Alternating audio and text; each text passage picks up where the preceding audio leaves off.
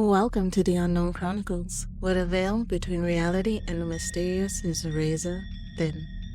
Together we'll journey into the darkest recesses of the human experience, where truth twists into terror and shadows whisper secrets. Prepare yourself to face the unexplained, the unsettling, and the unspeakable. The unknown is waiting. Let's step into the darkness. Today, we have our next story coming from Stella of Rhode Island, read by your host, Thorn Bloodrose. This story is called The Supermarket Aisle. It started on an ordinary Tuesday, no different than any other Tuesday for me. I always did my shopping on a Tuesday, it being my only day off from my two jobs. I didn't mind it. Most people were at work, so I always felt like I had the entire store to myself for the most part. Now I only go on the busiest days after work. Anyway, the supermarket was mostly empty except for the faint hum of the fluorescent lights and the occasional squeak of a very few shopping carts reeling around.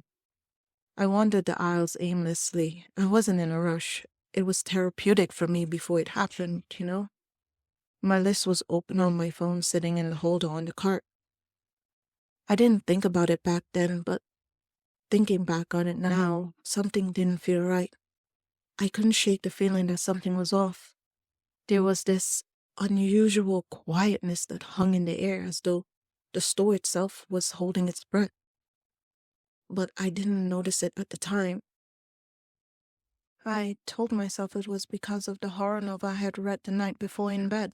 I wish I hadn't brushed it off. I wish I had ignored the gap or wheeled past it without a thought or glance.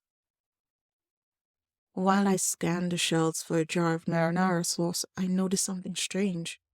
Between the pasta and the canned good aisles, there was this narrow gap I'd never seen before. Believe me, I would have noticed it. Like I said, I went there every Tuesday. Walked those aisles countless times and never saw that gap. It was barely wide enough for a person to slip through. It was the kind of space you assume led to a staff-only area, but there was no sign, no locked door, just a faint, flickering light at the other end. I don't know why, and I still don't know why, but something inside me drew me into that gap. It wasn't curiosity. No, not curiosity, because I was scared beyond scared. I felt as if my fear had seeped deep into my marrow. I couldn't stop the shudder that ran through me. And even now, I still can't explain or understand my intense need to go into that space. As I stepped into the narrow passage, the world seemed to shift. The hum of the stove faded, replaced by an eerie, low-frequency buzz that resonated in my bones. The shelves on either side stretched impossibly high, far beyond the supermarket ceiling. Packages, products lined them, but they were unrecognizable. Cans without labels, bottles filled with thick black liquid, and packages wrapped in faded waxy paper. A single fluorescent bulb hung at the end of the aisle, swinging gently as if disturbed by an invisible hand. Beneath it stood a cart. Unlike the shiny modern ones in the rest of the store, this cart was old, rusted, and bent at odd angles. Inside it were items I didn't recognize but felt a sickening familiarity with. Inside the cart was a child's worn shoe, a cracked picture frame, and a withered bouquet of flowers. I don't know why, but I reached for the shoe. It was small, maybe for a 5 or 6-year-old girl, but then the air grew colder as though I'd stepped into a freezer. A wind shimmered towards me. You shouldn't be able to see the wind. It wasn't dust or dirt. Dismissing the old and ancient look of the aisle, there wasn't any dust anywhere. A low whisper began to echo down the aisle.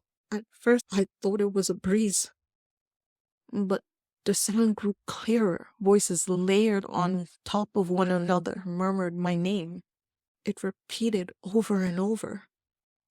I stumbled backwards, my hand brushing against the nearest shelf. The cans and bottles rattled and one fell on the floor, shattering. A dense black mist seeped out, curling around my ankles. The voices grew louder, more insistent.